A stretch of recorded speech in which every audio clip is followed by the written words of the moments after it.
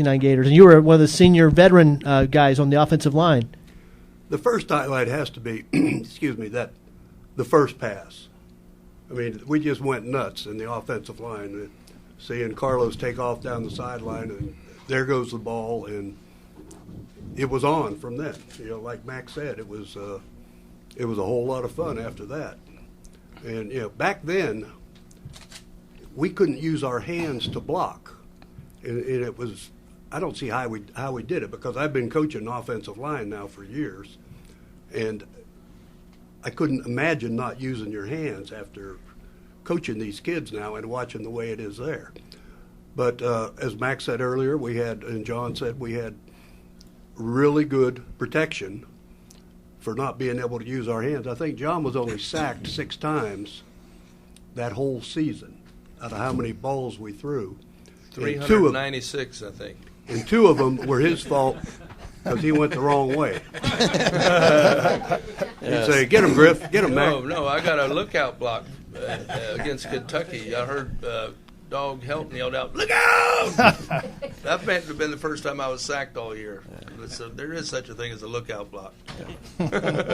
Guys, we'll in a minute wrap up this segment. We'll get in for our final segment against play-by-play almost of that dramatic final game you guys had, that huge upset over Tennessee, 14-13. Before we do, I want to ask a question of the 2 captains, and let them say whatever they want to. But as we've gone through, you guys have talked a little bit about disheartening loss on the road at Auburn, which in those days, old school Gator fans remember Gators had never beaten Auburn on the road at Jordan Hare Stadium, Cliff Hare Stadium at that time, and that jinx got you guys too. And then a frustrating tie, 13-13 with Georgia. I'd like to ask the captains, Mac and then Tom Abelnauer. Many Gator teams, maybe the Gator teams of 67 and 68, got derailed by frustrating, upset losses. What was it about this 69 team where you guys suffered one huge disappointment, another disappointment, and then got right back on track and kept going? Well, we played, I think it was Kentucky after that tie with Georgia, and they kicked off to us, and Harvin Clark received the kickoff and took it all the way back for a touchdown, and we ended up beating 31-6. So it was real easy to forget about losing when you run the opening kickoff back for a touchdown. So it didn't stay with us for long, and then we got a chance to play Miami in the final game of the year, and it was homecoming for Carlos going back to Miami, and the headlines were "Stop the Cuban Comet." Yes, remember that?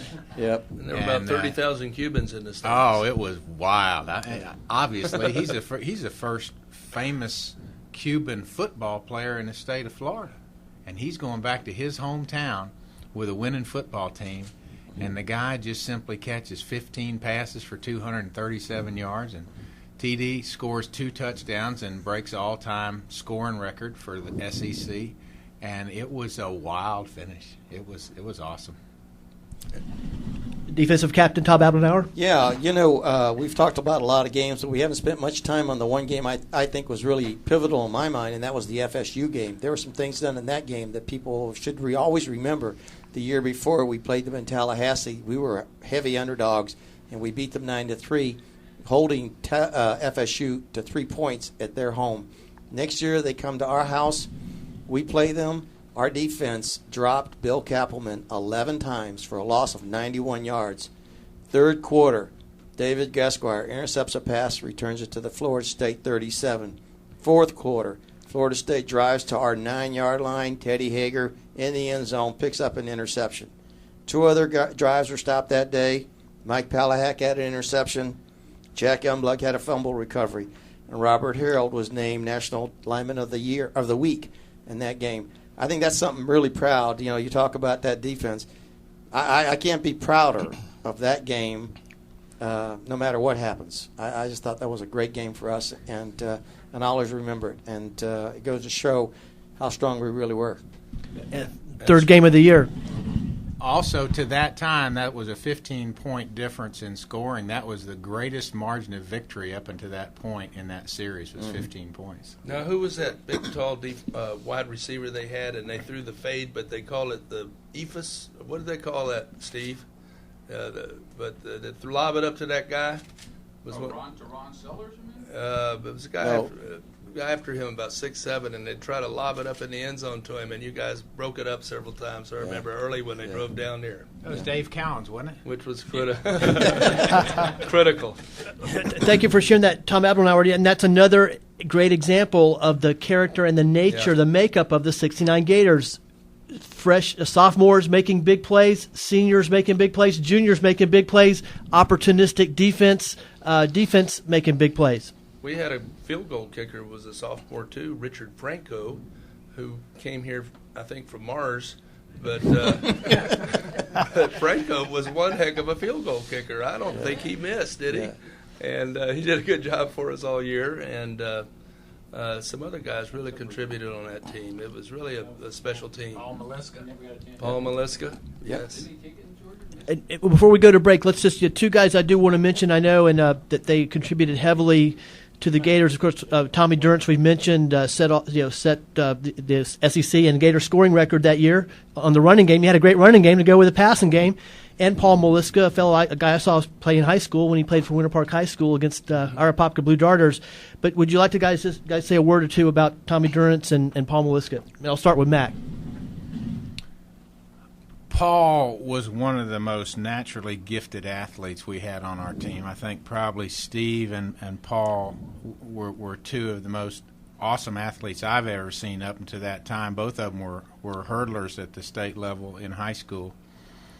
Paul ended up being my roommate towards the end of our career and was a very, very close friend. He was hurt a lot, but emotionally, he was always up for us. When we went into the locker room, even if he wasn't starting, you could always count on hearing something from Paul Maliska. He was always up, always positive, and just a great contributor to our team. Sadly, he was killed he was driving his daughter's volleyball team home on a windy North Carolina road and was in a car accident. He was driving the bus and was killed about 10 years ago. It was really sad, but we all remember Paul very fondly.